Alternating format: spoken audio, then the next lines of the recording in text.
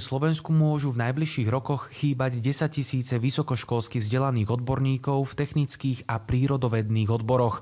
Preto žiadajú, aby financovanie vysokých škôl viac podporovalo výchovu kvalitných inžinierov a nie len rast počtu bakalárov. Nám tu vzniká problém, ktorý bude oveľa značnejší o 10 rokov a bude mať enormný dopad aj na ekonomiku Slovenska.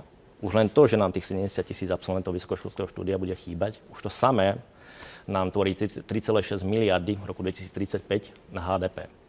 A to ešte nehovoríme o pridanej hodnote, ktoré títo ľudia mali vlastne priniesť. Takže snažíme sa na to upozorňovať, že ten model, ktorý tu je, nie je úplne dobrý, ale nie je to akoby záležitosť jedného obdobia ministerstva alebo vlády. Je to záležitosť, ktorá je strategická v prospech a suverenity Slovenska a jej ekonomiky.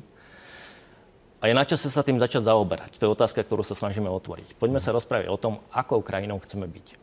Chceme byť krajinou, ktorá naozaj chce byť založená na inováciách v priemysle, vede, tak potom sa musíme inak správať tej štruktúre financií, ktoré máme, ale aj študentov, aj tej výchovy a vzdelávacieho systému. A nehovorím len o vysokých školách. Hovorím o tom celom priereze, že tento segment potom musíme posilniť. Alebo si môžeme povedať, že budeme krajinou, ktorá je založená na cestovnom ruchu alebo na burze cenných papierov a musíme to presmerovať niekam inám. Ale je na čase sa začať rozprávať, že táto krajina bude postavená na takej a onakej ekonomike a povedať si tie priority v tých oblastiach, ktorým sa chce venovať. My tu máme zázemie v energetike, na know-how, ktoré sa tu dlho tvorilo a v ďalších oblastiach, v materiáloch, technológiách a podobne.